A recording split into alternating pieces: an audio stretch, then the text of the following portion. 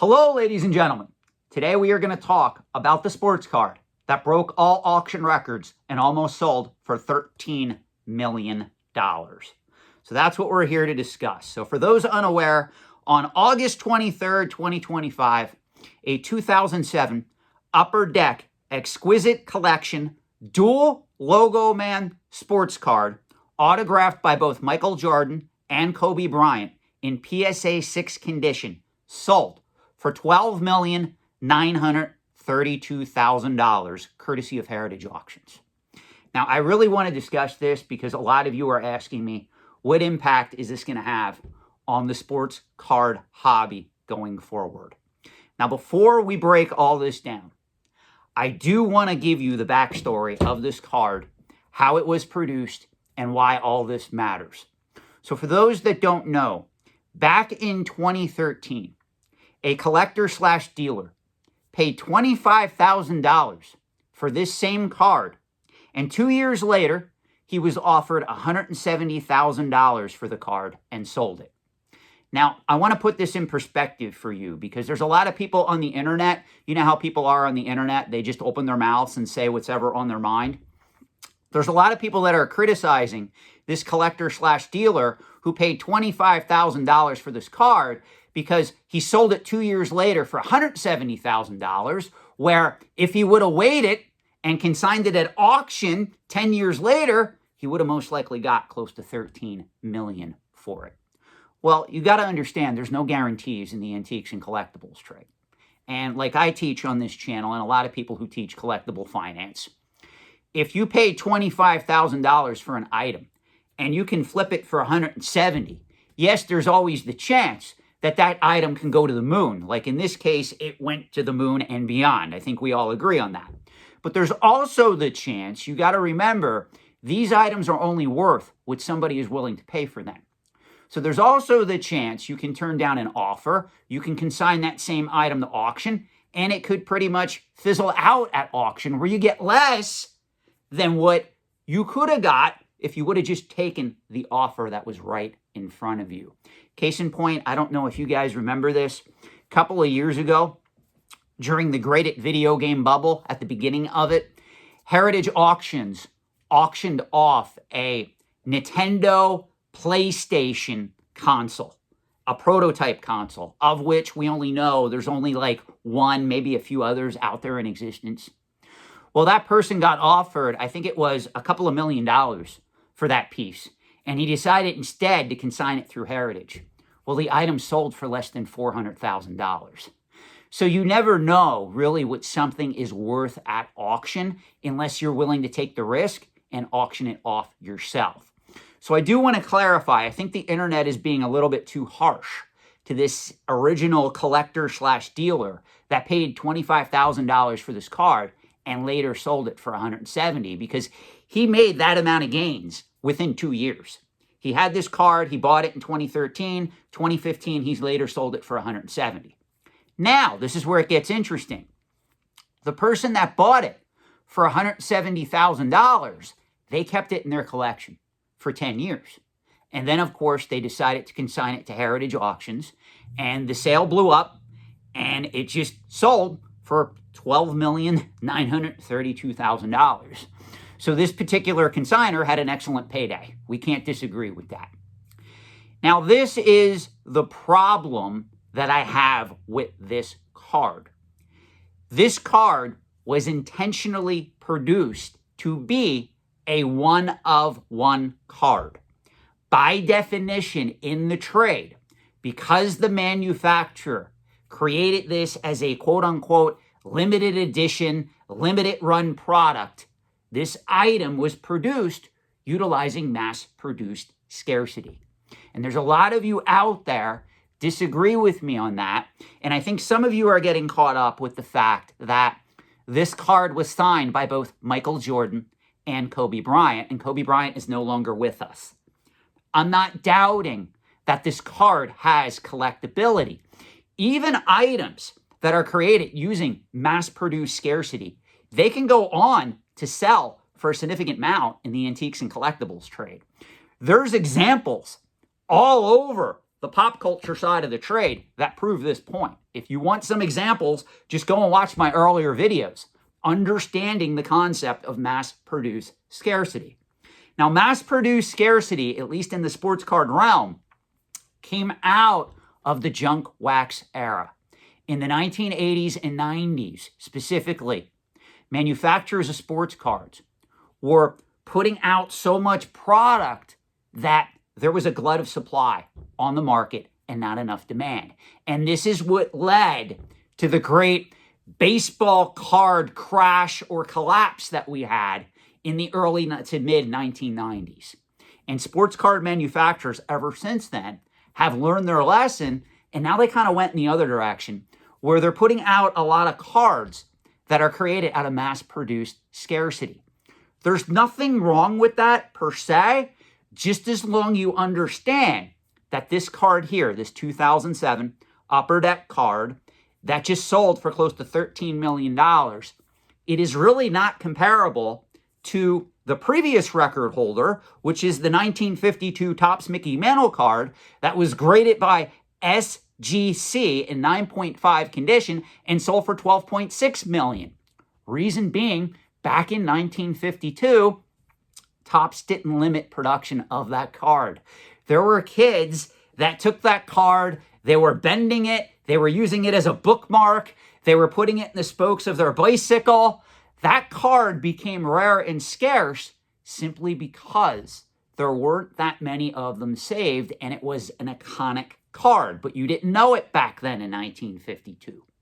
So that's the difference between the collectability of, say, a 1952 Topps Mickey Mantle and a card like this. Another great example is the Honus Wagner card. Everybody knows the Honus Wagner card. That card is highly collectible because it is extremely scarce and historic if it's sold on the secondary market to this very day.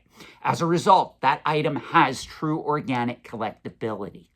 Now, going forward, obviously, because this card sold for close to $13 million, eclipsing the previous record holder, the $12.6 million paid for the 1952 Topps card, obviously, this card now has collectability. People are going to want it.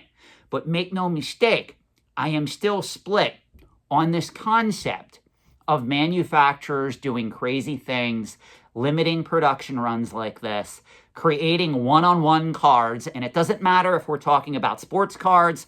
Remember a couple of years back, Magic the Gathering had the serialized one-ring card that sold for over $1 million, which I thought was ridiculous.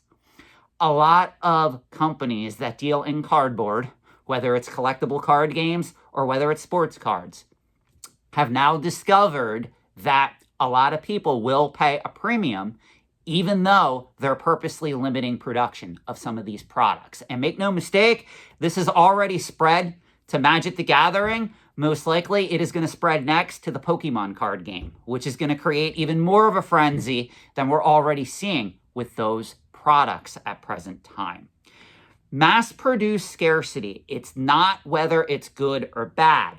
You just have to be aware that if an item is created using mass-produced scarcity, you have to understand what you're buying.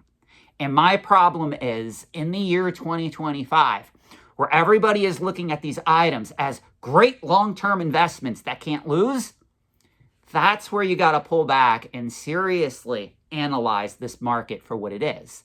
And right now, there's a lot of hype. There's a lot of smoke and mirrors out there because, lo and behold, one of the people that purchased this card, notice I said one of the people because it's a partnership between three people, is Kevin O'Leary, Mr. Wonderful from Shark Tank fame. And that all comes into this, that we have to view this as a whole. Does this one sale really matter in the grand scheme of sports card collecting over the long term?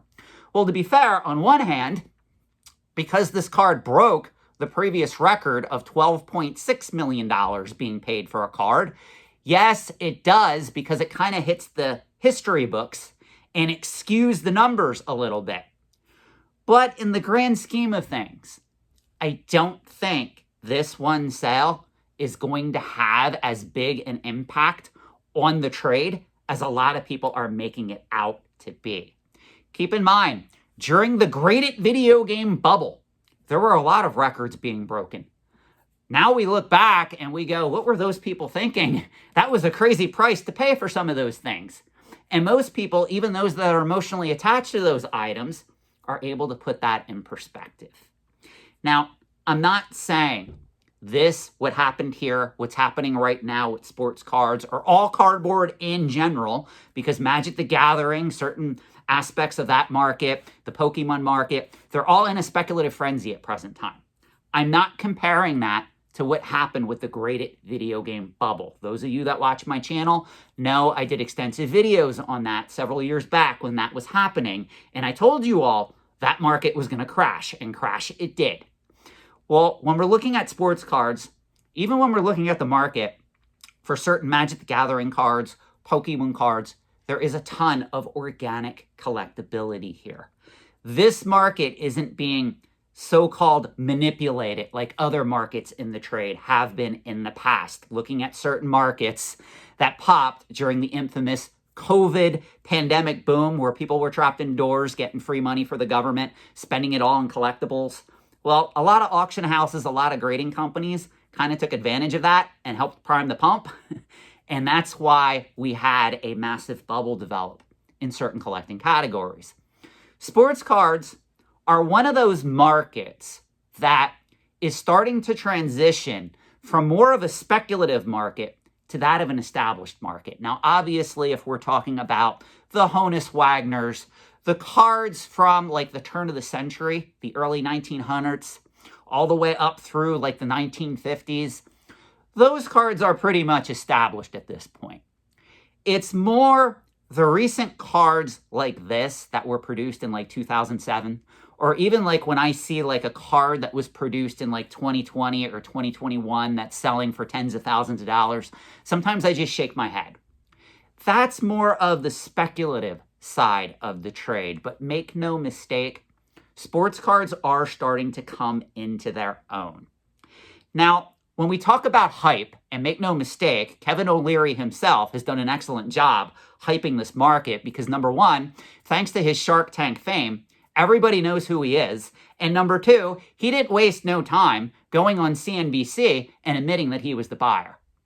Hype always brings people into these markets. And it doesn't matter how many times people like me warn these individuals that you can't look at the top 0.00001% of the market because that market is going into the stratosphere and think you buying a $500 card on the lower end means that you're investing in this market and you're going to make the returns of somebody like Kevin O'Leary.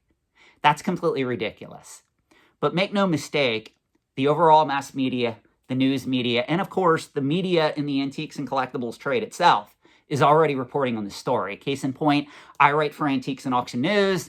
I can pretty much tell you I'm going to be writing an article about this card at some point. It's coming, so stay tuned if you read my articles. Other people in the trade are already commenting on this sale. And unfortunately, there's a lot of people out there that get easily influenced. Now, always remember my golden rule on this channel. A collector is born. They are not made. So even if somebody is really interested in this market, if they don't have the collecting gene, chances are they're going to come into this market, they're going to hit it hard, and they're going to lose interest, and eventually their collection is going to be sold, and they're going to exit the hobby. If you watch Rudy with Alpha Investments, he often talks about how the life cycle, the lifespan of the average person who watches his channel or that comes into the Magic, the Gathering, or the Pokemon markets, they have a very limited lifespan or time in the hobby in most cases. They get in, they lose interest, then they get out.